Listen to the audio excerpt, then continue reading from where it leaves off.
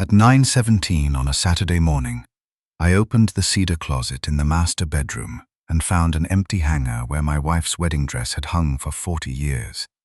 The blue garment bag was gone.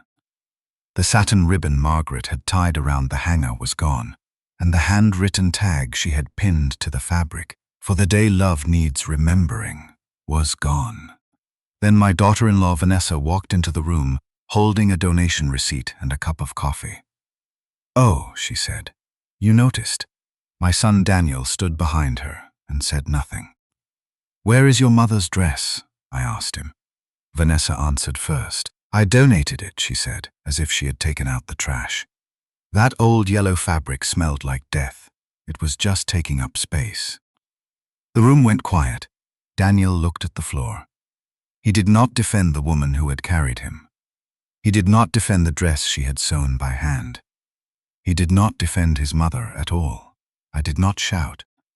I looked at the donation receipt in Vanessa's hand. The ink was fresh. "The charity truck is scheduled to leave town at noon," Vanessa added, misreading my silence for confusion. "They're doing a regional pickup today." "It's already gone, Arthur. You can't go dig it out." I walked to the empty hanger and touched the wood Margaret had wrapped in satin 40 years ago. Vanessa thought she had just won a small, petty victory over a dead woman.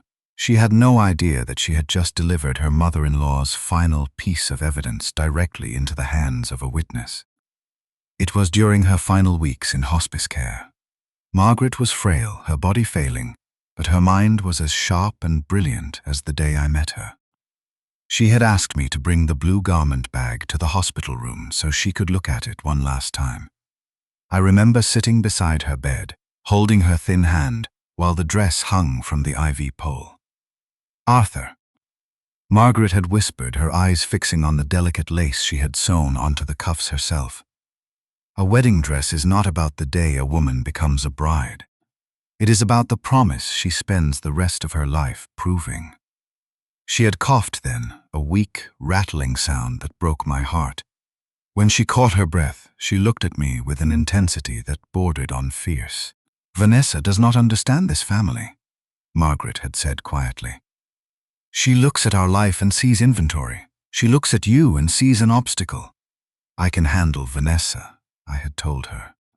"I know you can," Margaret smiled, squeezing my fingers.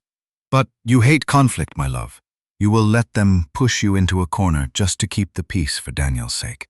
So I have done something." She had pointed a trembling finger at the blue garment bag. "If the woman who comes after me respects this dress, she will never need to know what I hid in it." Margaret had told me, her voice dropping to a conspiratorial whisper. "But if she throws it away, Arthur, then she has told you exactly who she is. And if anyone ever treats it like old fabric, look inside the hem before you forgive them." I stood in the present, staring into the dark, empty cedar closet, Margaret's words echoing in my mind. I closed the closet door. I walked over to the vanity table, picked up Vanessa's coffee cup, and carefully placed it on a coaster. Margaret and I had not inherited our wealth, we had built it. 40 years ago, we had stood in a small, drafty church in front of 30 people. Margaret had worn an ivory dress she had bought from a second-hand shop, spending 3 straight nights meticulously sewing fresh lace onto the cuffs and repairing the seed pearls on the bodice by hand. I had worn a rented suit that was slightly too large in the shoulders. We had $50 in our checking account, a shared dream of building a custom furniture business, and a terrifying amount of love. Over the next 4 decades, we built Bennett custom furniture from a dusty 2-car garage into a regional manufacturing powerhouse. We bought the plot of land on Elm Street and built this house, room by room, paying for the lumber with the profits from our first major commercial contract. Every hardwood floorboard in this house had been laid by my hands. Every curtain had been chosen by Margaret. This house was not a museum. It was a living, breathing testament to survival, partnership, and unconditional love. And then came Daniel. Daniel was a good boy, but he had grown up in the shadow of our success. He had never seen the dusty garage. He had never eaten ramen noodles for a week so we could make payroll. He only knew the comfortable, affluent life that the business provided. He went to the best schools, wore the best clothes, and eventually, he brought home Vanessa. Vanessa was sharp, ambitious, and entirely transactional. She had come from a family that valued appearances over substance, and she brought that corporate, sterile energy into our home. Margaret had seen right through her from the very first Thanksgiving dinner. I remember Margaret watching Vanessa subtly rearrange the place settings on our dining table, trying to make our rustic, family-style dinner look more like a country club gala. "She's a corporate raider, Arthur," Margaret had whispered to me in the kitchen while carving the turkey. "She's assessing our assets. She's calculating how long she has to wait before she can remodel." I had laughed it off. I had told Margaret she was being overprotective of her only son, but Margaret was never wrong. When Margaret got sick, the cancer moving with terrifying speed, Vanessa's true nature began to bleed through her polite veneer. She stopped asking how Margaret was feeling and started asking Daniel about the succession plan for the company.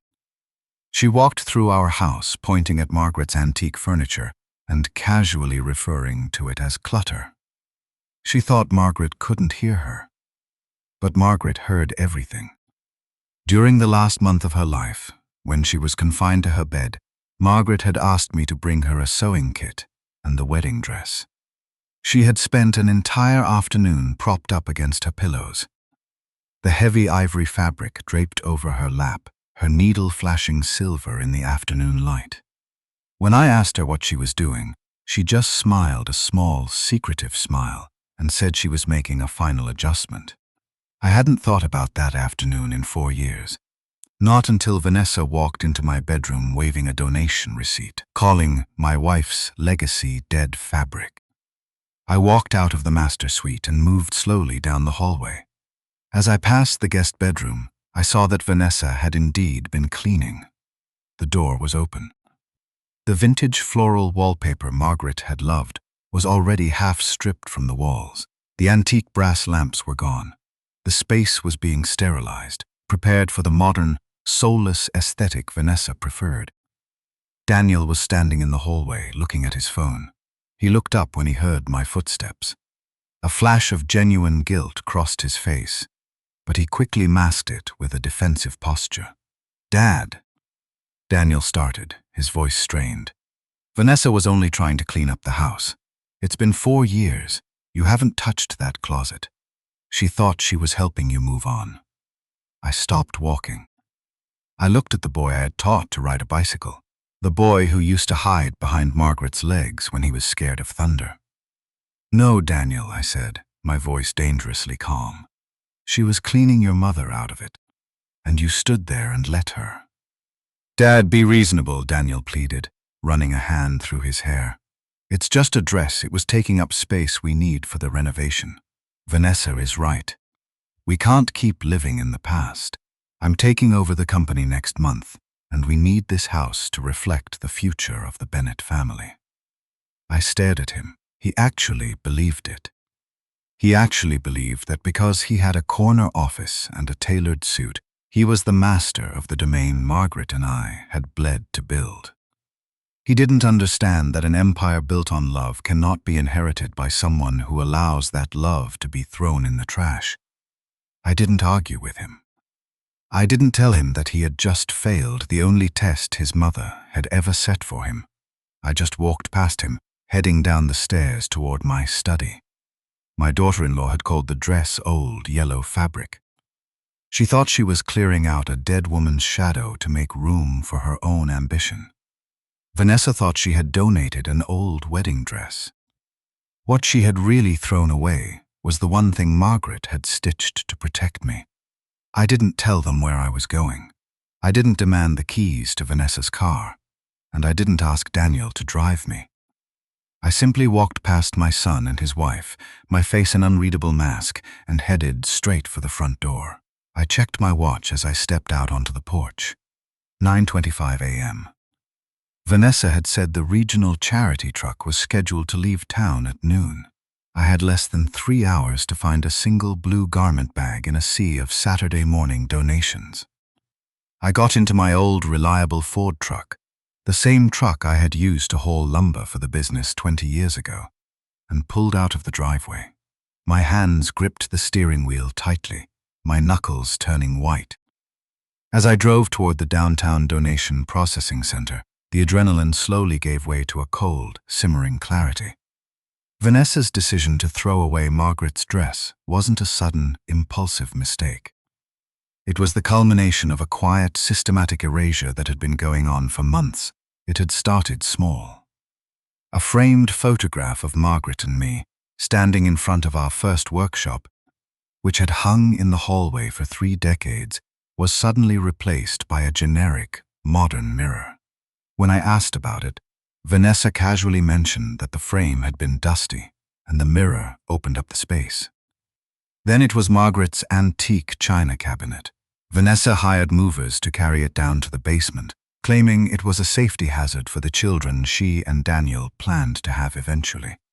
She replaced the heavy, hand-carved wooden dining table I had made for Margaret with a sleek, fragile-looking glass monstrosity. She swapped the warm, amber light bulbs in the living room for harsh Ceteral white ones. She was slowly, methodically stripping the soul out of the house, turning a home built on love into a sterile showroom designed for corporate entertaining. And she was doing it all in preparation for the family legacy dinner. The dinner was scheduled for next weekend. Vanessa had spent weeks curating the guest list. She had invited Daniel's corporate colleagues, her own parents, several members of our country club, and even the family accountant. She had framed it as an anniversary dinner for Daniel and herself, but I knew what it really was. It was a coronation. Daniel was the vice president of operations at Bennett Custom Furniture. He drew a massive salary, but I still held the controlling founder's shares. For the past year, Vanessa had been relentlessly pressuring Daniel to secure total control of the company. She wanted me to step down entirely, transfer the remaining equity, and fade quietly into the background. She wanted the family legacy dinner to be the moment I passed the torch, effectively surrendering both my business and my home to her vision of the future. We need to show the board that the company is modernizing. Daniel had told me just last week, parroting his wife's exact phrasing. Vanessa thinks the dinner is the perfect time to announce the transition. We can celebrate Mom's memory, but also show that we're moving forward. Moving forward. That was Vanessa's polite corporate euphemism for burying Margaret forever. I pulled the Ford truck into the crowded parking lot of the county donation center. It was a massive, chaotic warehouse operation. Cars were lined up at the drop-off bay. Volunteers were frantically sorting through black garbage bags full of clothes, and large metal bins were being wheeled back and forth across the concrete floor. I parked the truck and walked quickly toward the main entrance.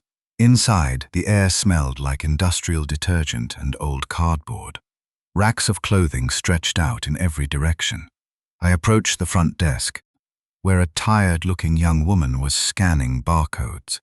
"Excuse me," I said, my voice steady but tight. "I need to speak to the manager, or whoever is in charge of processing the intake from this morning." The young woman sighed. "Sir, if you accidentally donated something, we can't guarantee we can find it. Once it goes into the sorting bins, I need to speak to the manager," I repeated, leaning slightly over the counter. I wasn't raising my voice, but the tone of a man who had commanded a factory floor for 40 years carried its own kind of gravity. She blinked, picked up a walkie-talkie, and muttered something into it. A minute later, a woman in her late 50s wearing a blue canvas apron and a name tag that read, "Clara Ruiz, Processing Manager," walked through a set of swinging double doors. "Can I help you, sir?" Clara asked, wiping her hands on a towel. "My name is Arthur Bennett," I said, offering my hand. She took it, her grip firm and practical.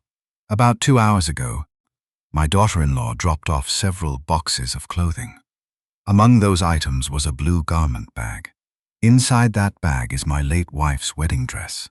Clara's professional, hurried demeanor instantly shifted. Her eyes widened slightly, and a look of sudden, profound understanding crossed her face. "A vintage ivory gown?" Clara asked softly. "With hand-sewn lace on the cuffs and seed pearls on the bodice?" I felt a massive wave of relief crash over me. My knees felt weak for a second, but I locked them. "Yes," I breathed. "Yes, that's it." "Is the charity truck still here?" I asked, looking frantically toward the loading docks at the back of the warehouse. Vanessa said it was leaving at noon. "The truck is loading now," Clara confirmed, nodding toward the back doors where a massive diesel engine was idling. "It heads to the regional sorting facility in the city. If it goes on that truck, it gets baled with 10,000 other dresses and shipped overseas." "I need it back," I said, pulling out my wallet. "I'll pay whatever you assess its value to be. I'll make a donation to the center. Just please, don't put it on that truck." Clara held up a hand, stopping me. "Mr. Bennett, you don't need to pay me," Clara said, her voice dropping into a gentle, entirely serious register. "I didn't put it in the shipping bins." "You didn't?" "No," she said, shaking her head. "When a vintage piece like that comes in, especially one in a protective bag, I pull it aside to inspect it. Sometimes we can sell them in our premium boutique to raise more money for the shelter programs. So, I took it to my office to check the seam and the fabric quality. I let out a breath I felt like I had been holding since I saw the empty cedar closet. "Thank God," I whispered. "Thank you, Clara. You have no idea what that dress means to me." "I think I have a pretty good idea, Mr. Bennett," Clara said, but there was a strange, heavy hesitation in her voice. She looked around the busy warehouse, ensuring no one was standing too close to us. The chaotic noise of sorting machines and volunteers shouting echoed off the high metal ceiling, providing a blanket of white noise. Clara stepped closer to me, wiping her hands on her apron again. "Mr. Bennett," Clara started, choosing her words very carefully. "When I inspect a vintage dress, I always check the lining. Older garments sometimes have structural damage that isn't visible from the outside. I was checking the hemline to see if the stitching had dry rotted." I frowned, confused. "Is the dress damaged? I can have it repaired." "No, sir. The dress is in immaculate condition," Clara assured me. She looked at me, her dark eyes entirely serious, and took a deep breath. "But while I was checking the inside of the skirt," Clara continued, "I noticed a section of the hem where the stitching didn't match the original thread. It was newer, and it was done by hand, very tightly, to create a sealed pocket between the heavy satin and the inner lining." My heart skipped a beat. "If anyone treats it like old fabric," Margaret's voice whispered in my memory, "look inside the hem before you forgive them." "A pocket?" I asked, my voice barely above a whisper. The woman at the donation center lowered her voice and said, "Sir, there is something sewn inside your wife's dress." Clara Ruiz did not ask any more questions. She simply turned and led me away from the noisy sorting floor, down a narrow hallway, and into a small, cluttered cinder-block office. Resting carefully across her desk, draped over a clean white sheet, was the blue garment bag. It was unzipped just enough to reveal the ivory satin of Margaret's dress. I walked over to the desk, my chest tight. I reached out and touched the lace on the cuffs. Tracing the intricate patterns Margaret had meticulously sewn by hand 40 years ago. The fabric was cold in the air-conditioned office, but to my fingertips, it still held the warmth of the woman who had worn it. "May I?" I asked, looking at Clara. "Of course," she said, stepping back to give me space. "It's near the bottom hem, on the left side." I carefully lifted the heavy layers of satin and tulle, exposing the inner lining. Just as Clara had described, there was a section about 8 inches long where the stitching was different. It wasn't the neat industrial machine stitch of the original manufacturer. It was a tight, deliberate hand stitch using a slightly thicker thread. I reached into my pocket and pulled out my pocket knife. My hands shook slightly as I slid the blade under the first thread. I didn't want to damage the dress. I cut the stitches one by one, slowly opening the hidden pocket Margaret had built while sitting in her hospice bed.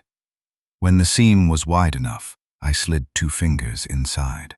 My fingers brushed against something stiff and smooth. I pinched it and pulled it out.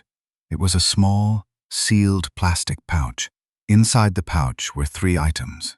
A handwritten letter on Margaret's personal stationery, a small brass key, and a tiny, square photograph from our wedding day, taken just after we had cut the cake. I stared at the items in my hand. Margaret had not hidden money. She had not hidden jewelry. She had hidden proof.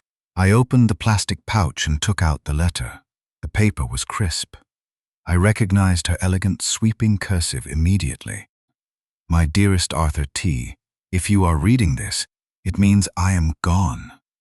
It also means that someone has thrown away the dress I wore on the day I promised to love you forever. I know exactly who threw it away. And because I know her, I know she did it with a smile, calling it clutter or old fabric, pretending she was doing you a favor by erasing me. If the woman who comes after me respects this dress, she will never need to know what I hid in it. She will simply leave it hanging in the cedar closet, a quiet testament to the foundation she is building her own life upon. But if she throws it away, Arthur, then she has told you exactly who she is. Do not let Vanessa convince you that she is protecting Daniel's future by deleting our past. She wants the house. She wants the company. And she wants you out of the way. I did not hide this because I hated Daniel's wife. I hid it because I loved my husband enough not to leave him defenseless against politeness. Take the brass key.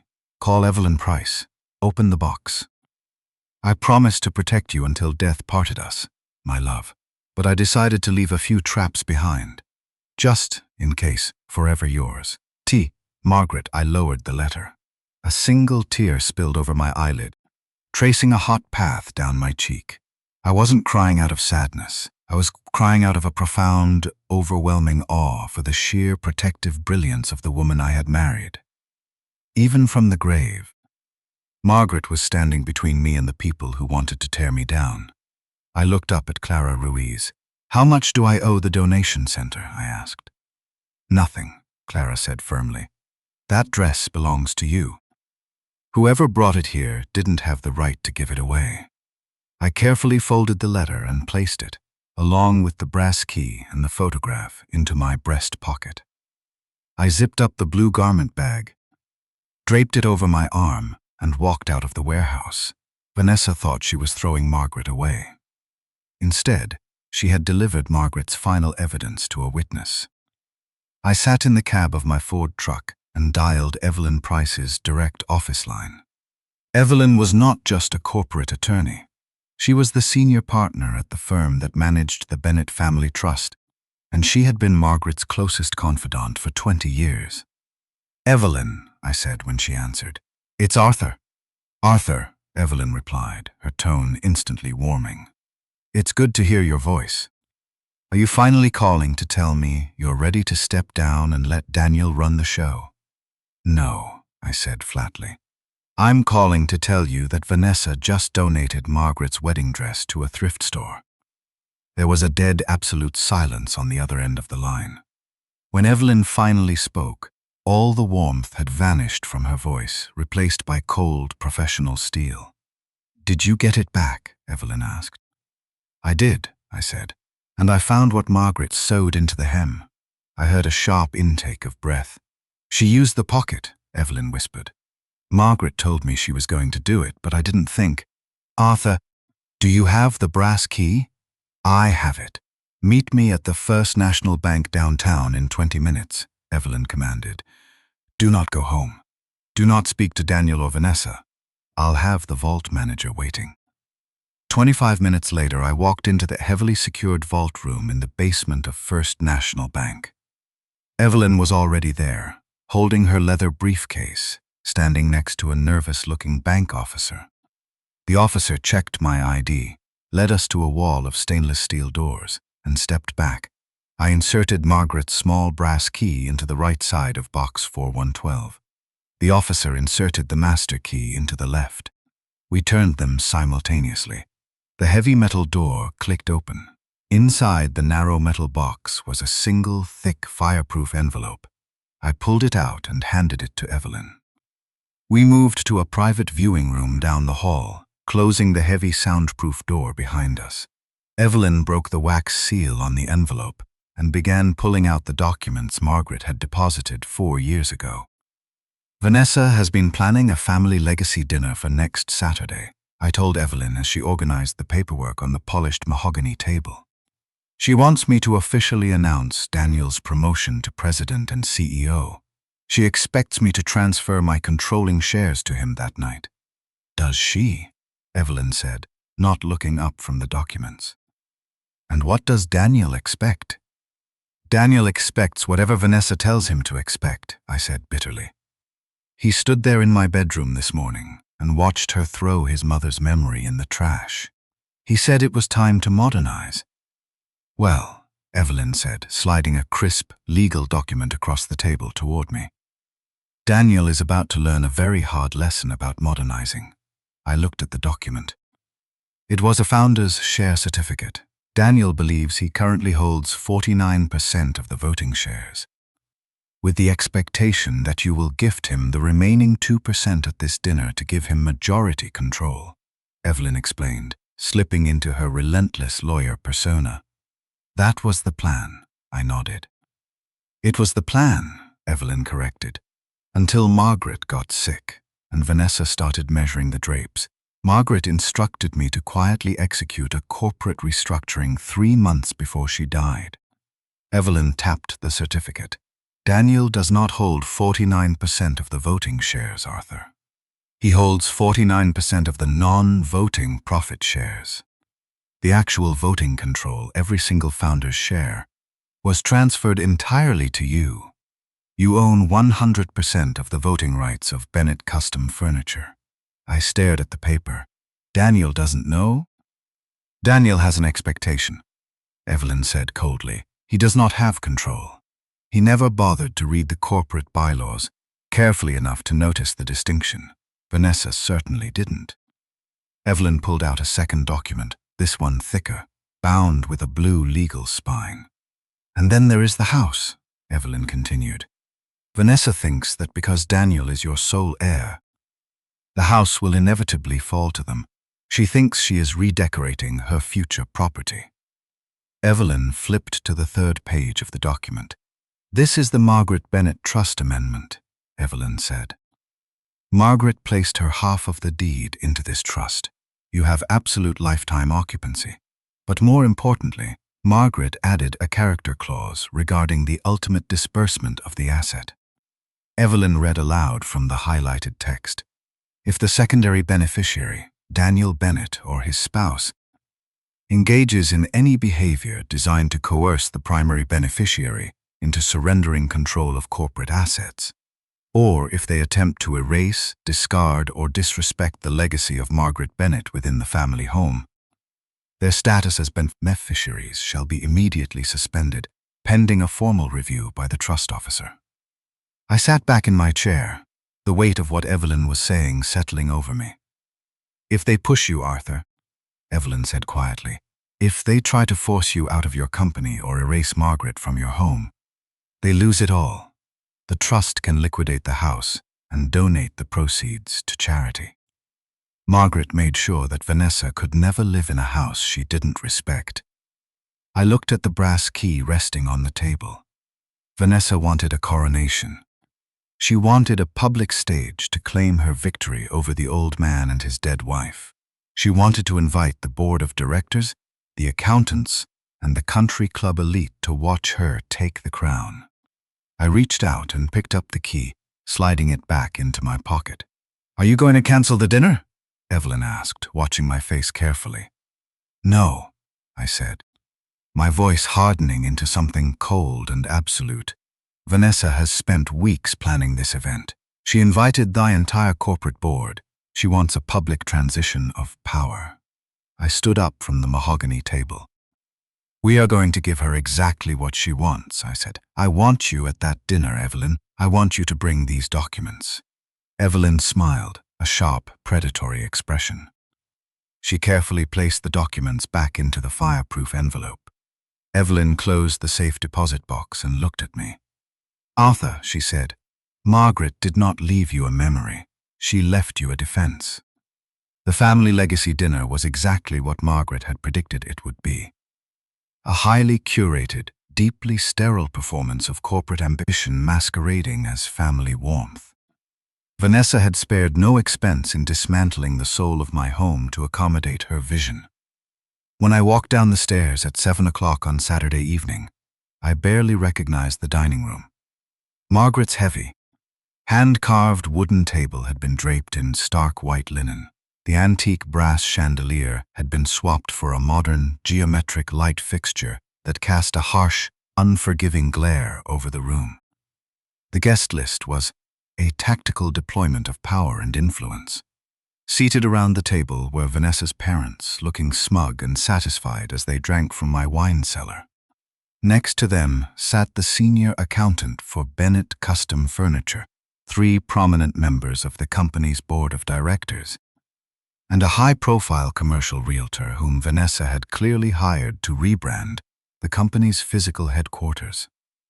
Daniel sat at the head of the table, or rather, he sat where the head of the table used to be. Vanessa had subtly rearranged the seating chart so that Daniel was positioned as the patriarch, while the chair that was technically reserved for me was pushed slightly off to the side, near the kitchen door. I didn't sit down. I stood in the shadowed archway of the living room, watching them. The only 2 people in the room who knew I was watching were Evelyn Price and Robert Hale, the senior trust officer, both of whom I had quietly added to the guest list that morning. They sat near the end of the table, sipping sparkling water, their faces impassive masks of legal professionalism. Vanessa tapped a silver dessert spoon against her crystal wine glass. The sharp, clear ringing sound brought the quiet conversations around the table to a halt. Vanessa stood up, smoothing the front of her expensive silk dress. She looked around the room, radiating the polished, artificial warmth of a politician addressing a donor dinner. I want to thank you all for being here tonight, Vanessa began, her voice projecting perfectly across the dining room. This is a very special evening for the Bennett family, and for the company that Arthur and his late wife worked so hard to build. She offered a polite, practiced smile toward the empty air, acknowledging Margaret's ghost just long enough to dismiss it. As you all know, Daniel has been effectively running the daily operations of Bennett Custom Furniture for the last 2 years, Vanessa continued, resting a manicured hand on Daniel's shoulder. Daniel puffed up slightly under the touch, trying to look the part of a CEO. Arthur has done a remarkable job, but we all agree that it is time for the company to embrace a new, modern era. It's time for fresh leadership, fresh ideas, and a fresh aesthetic. She gestured broadly to the newly sterilized dining room. That's why we've begun remodeling the house, Vanessa said, her smile widening. It's important to respect the past, of course, but tonight is about honoring the future, instead of living under a dead woman's shadow. A few polite nods rippled through the guests. Daniel smiled proudly at his wife. So, Vanessa concluded, raising her glass, to Daniel, and to the new era of Bennett Custom Furniture.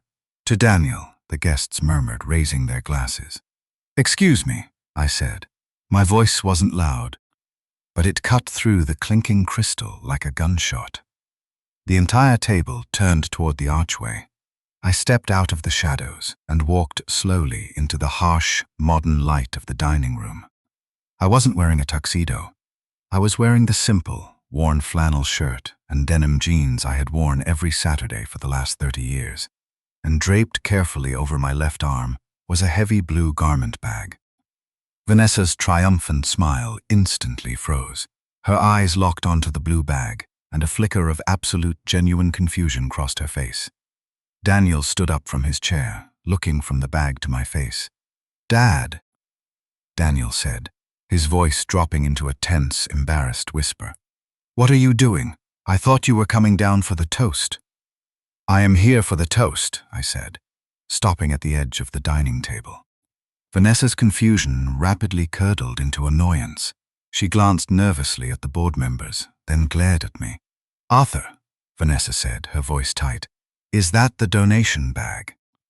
You brought that thing back into the house? During a formal dinner?" I looked her dead in the eyes. "No, Vanessa," I said, my voice completely steady. "Margaret came back with it." I unzipped the heavy blue bag, letting the plastic fall away, and carefully pulled out the ivory wedding dress. The delicate, hand-sewn lace cuffs caught the harsh light of the modern chandelier. A heavy, awkward silence fell over the dinner guests. Vanessa's mother shifted uncomfortably in her chair. "Arthur, this is highly inappropriate," Vanessa hissed, taking a step toward me. "We have guests. We are trying to celebrate Daniel's transition. Put that old fabric away." I didn't move. I placed my right hand into my breast pocket and pulled out the crumpled donation receipt Vanessa had been waving around that morning. I dropped it onto the white linen tablecloth in front of Daniel. "This morning," I said, projecting my voice so every person in the room could hear me perfectly, "my daughter-in-law took my wife's wedding dress out of my cedar closet. She drove it to a regional donation center and left it in a bin because she said it smelled like death and she did not want to raise her children in a museum for a dead woman." The corporate accountant cleared his throat nervously. The board members exchanged alarmed glances. "Dad, please," Daniel begged, his face flushing dark red. "She was just trying to help clear out the clutter. You're embarrassing yourself." "I am not the one who should be embarrassed, Daniel," I replied. I reached into the hidden pocket I had cut open hours earlier. I pulled out the crisp white envelope containing Margaret's final letter. My wife knew exactly what would happen when she was gone. I told the room, unfolding the heavy stationery. She knew that Vanessa would mistake my grief for weakness. She knew Vanessa would try to erase her memory from this house and ultimately try to erase me from my own company. So, 4 years ago, while she was dying in hospice care, my wife sewed this letter into the hem of her wedding dress. Vanessa let out a short, incredulous laugh. "A letter? Arthur, you're having a mental break. Put the dress away and go upstairs." I ignored her. I looked directly at Daniel, and I read his mother's words aloud. "If the woman who comes after me respects this dress, she will never need to know what I hid in it. But if she throws it away, Arthur, then she has told you exactly who she is." I paused, letting Margaret's voice echo off the sterile, modern walls. "Do not let Vanessa convince you that she is protecting Daniel's future by deleting our past. She wants the house, she wants the company, and she wants you out of the way." I did not hide this because I hated Daniel's wife.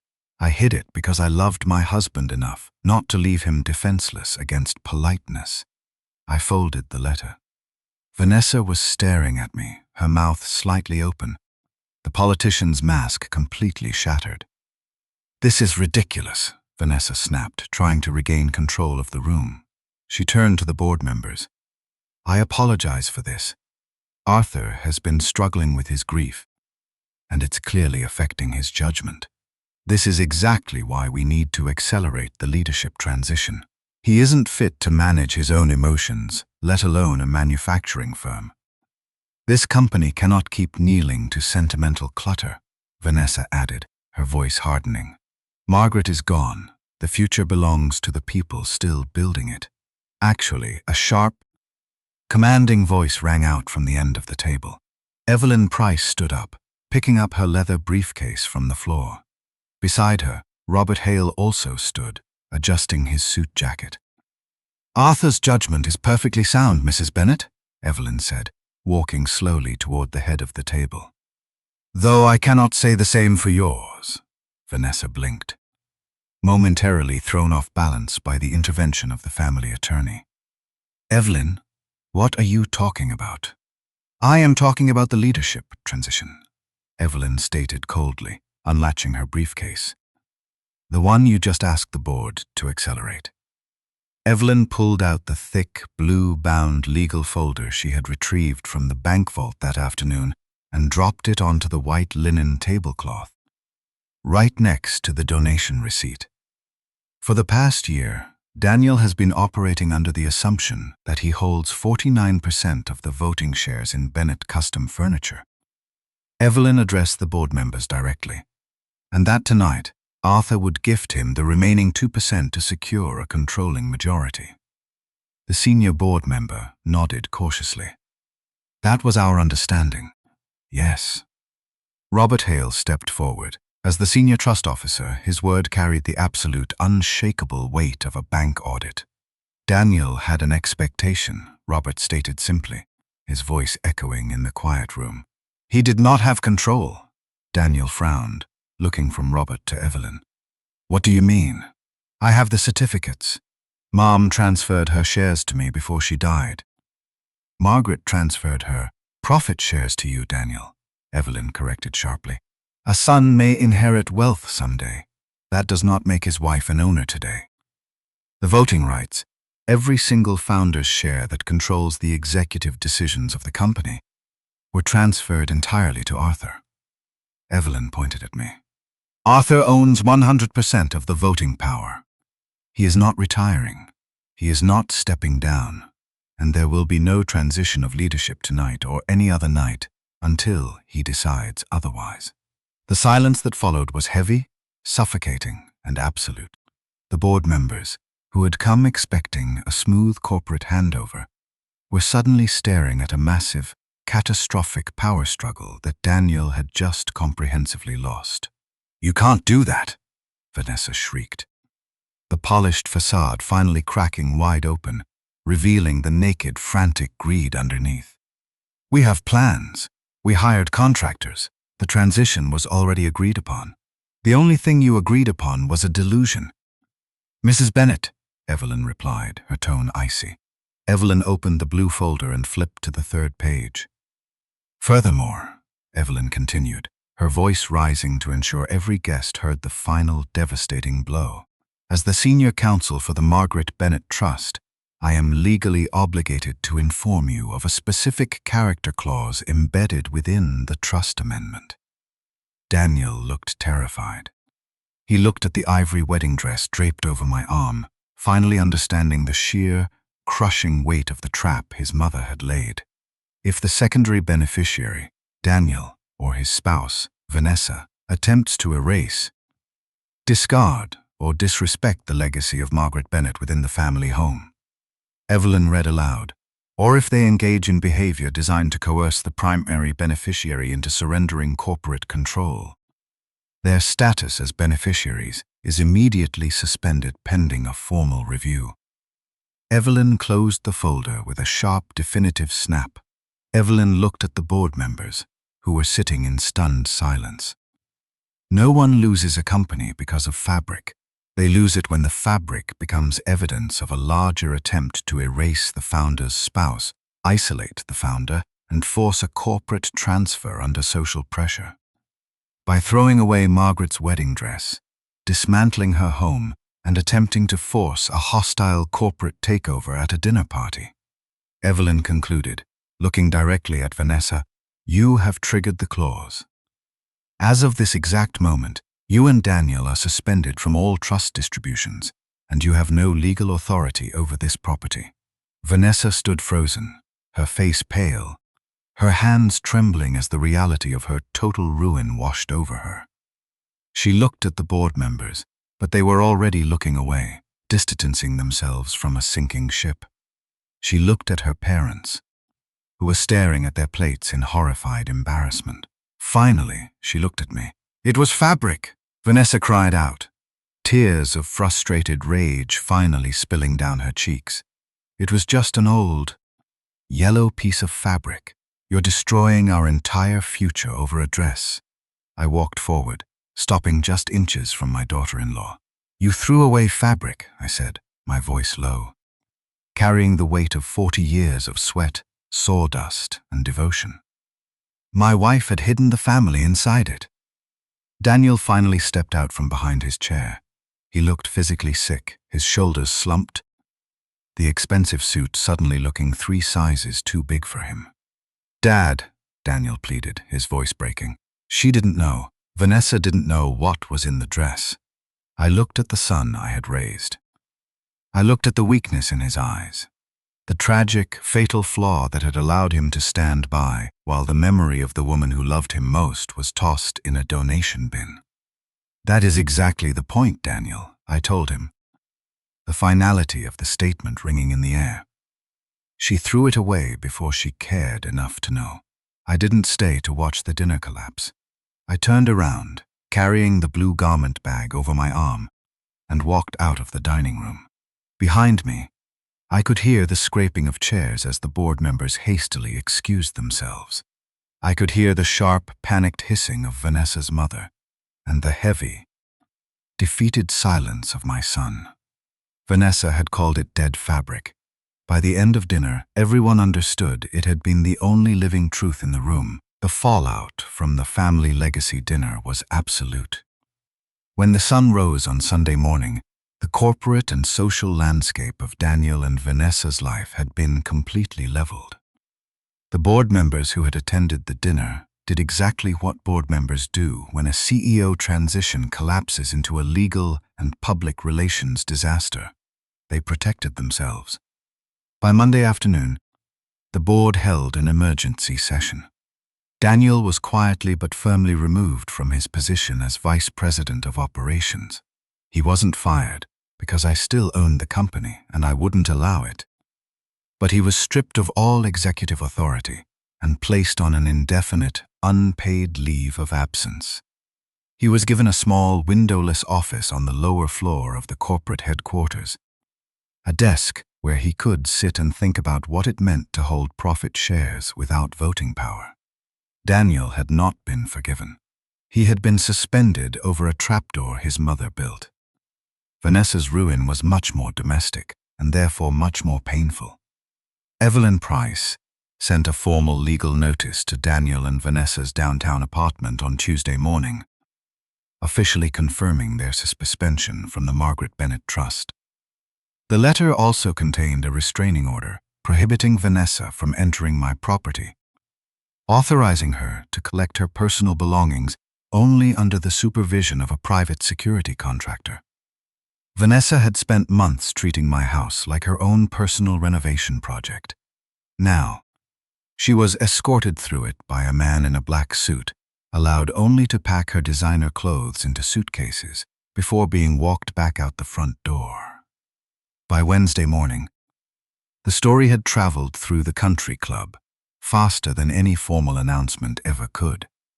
Vanessa had planned a dinner to introduce herself as the future of Bennett Custom Furniture. Instead, she became the woman who threw away the founder's wife's wedding dress and lost the room before dessert. With Vanessa gone, I began the quiet work of unerasing my wife. I didn't hire a crew. I did it myself, moving slowly, savoring the physical labor of restoring the soul to my home. I started in the dining room. I stripped the stark white linen off the heavy wooden table Margaret and I had bought when the company hit its first million in revenue. I called an electrician to come and tear down the harsh, geometric light fixture Vanessa had installed, and I hung the antique brass chandelier back where it belonged. I went down to the basement, dismantled Margaret's china cabinet, carried the heavy oak pieces up the stairs one by one, and reassembled it in the corner of the dining room. I washed every single delicate teacup and placed them back behind the glass. I went to the hardware store, bought a box of warm amber light bulbs, and replaced every sterile white bulb Vanessa had screwed into our lamps. By the end of the week, the house no longer felt like a corporate showroom. The shadows were soft again. The hardwood floors squeaked in the right places. The air felt thick with memory, rather than empty with ambition. But there was one fine restoration that needed to be handled by a professional. I took the blue garment bag to a master seamstress across town, a woman who specialized in restoring and preserving antique textiles. She carefully cleaned the ivory satin, repaired the stitches I had cut with my pocket knife, and placed the dress into a specialized, climate-controlled preservation box. When I brought the box home, I didn't put it in the attic or the basement. I carried it upstairs to the master bedroom and placed it carefully on the top shelf of the cedar closet. The scent of lavender and old wood washed over me as I closed the heavy wooden doors. It was Friday evening when my son finally found the courage to face me. Daniel knocked on the front door rather than using his key. He looked exhausted. The confident, tailored executive who had sat at the head of my table 6 days ago was gone. He was wearing a rumpled sweater, and the dark circles under his eyes told me he hadn't slept in nearly a week. I let him into the foyer, but I didn't invite him into the living room. "Dad," Daniel said, his voice thick with emotion. He looked around the entryway, noticing that the stark modern mirror had been removed, and the old framed photograph of Margaret and me standing in front of our first workshop was hanging in its rightful place. "Daniel," I replied quietly. "I came to apologize," he said, rubbing a hand across his tired face. "I'm so sorry, Dad, I really am. I never wanted this to happen. I wanted Vanessa to be happy. I wanted us to move forward. I thought I was doing the right thing for the business." I looked at my son. I saw Margaret in his eyes, but I also saw the profound, fatal weakness that had allowed him to stand by while his wife threw his mother's legacy in the trash. "I know you didn't throw the dress away, Daniel," I said. "I didn't," he agreed quickly, desperate for absolution. "I swear, Dad, I didn't know she was going to donate it. She just did it. I should have stopped her when she walked into the room with that receipt." "No, Daniel," I corrected him, my voice devoid of anger, but heavy with an unshakable disappointment. "You should have remembered your mother before your wife made forgetting convenient. You thought loyalty meant keeping your wife comfortable," I told him. "Your mother thought loyalty meant protecting the people who built the room before you entered it." Daniel flinched, the words landing like a physical blow. He opened his mouth to argue, to plead for forgiveness, but he saw the look in my eyes and stopped. He realized, perhaps for the first time in his life, that some bridges cannot be rebuilt simply by saying you are sorry. He turned around and walked slowly back to his car. An hour later, the house phone rang. I looked at the caller ID. It was Vanessa's cell phone. I shouldn't have answered it. Evelyn had advised me to let all communication go through her office, but I picked up the receiver anyway. "Arthur," Vanessa said. Her voice wasn't dripping with condescending patience anymore. It was sharp, brittle, and vibrating with an intense, desperate fury. "You have ruined my life." "You ruined your own life, Vanessa," I replied calmly. "I was trying to help you," she screamed into the phone, the last remnants of her corporate polish shattering completely. "That house was a tomb. I was trying to modernize it. I was trying to make the house livable for a normal family." I stood in the softly lit kitchen, looking through the archway into the dining room, where Margaret's heavy wooden table gleamed under the warm light of the brass chandelier. "It was livable when love lived here, Vanessa," I told her quietly. "You only hated that it wasn't yours." I hung up the phone before she could respond, and I unplugged the landline from the wall. The silence that filled the house wasn't lonely. It was peaceful. I walked upstairs to the master bedroom and opened the cedar closet one last time. I reached into my breast pocket and pulled out the crisp white envelope containing Margaret's letter, the small brass key, and the square photograph from our wedding day. I didn't put them back in the bank vault. Evelyn had made digital copies of the trust documents, and the physical papers were secure. But Margaret's letter belonged here. I also had the crumpled donation receipt Vanessa had dropped on my dining table. I opened the climate-controlled preservation box resting on the top shelf. I carefully slipped the envelope under the folds of the ivory satin, resting it right where Margaret's heart would have been. I placed Vanessa's donation receipt in the preservation box beside Margaret's letter. It was no longer a receipt. It was the signature on her own disinheritance. Before I closed the box, I took a small piece of satin ribbon and tied it around the handle. Attached to the ribbon was a new handwritten tag. I had used Margaret's favorite fountain pen to write exactly what she had written 40 years ago. For the day love needs remembering, Vanessa had called it old yellow fabric. Margaret knew better. A dress can hold a promise. A hem can hold the truth, and love, when sewn carefully enough, can still protect the person left behind. Asterisk, if you were Arthur, would you forgive Daniel because he did not personally throw away the dress? Or did his silence while Vanessa erased his mother prove he had already chosen comfort over loyalty? Let me know in the comments.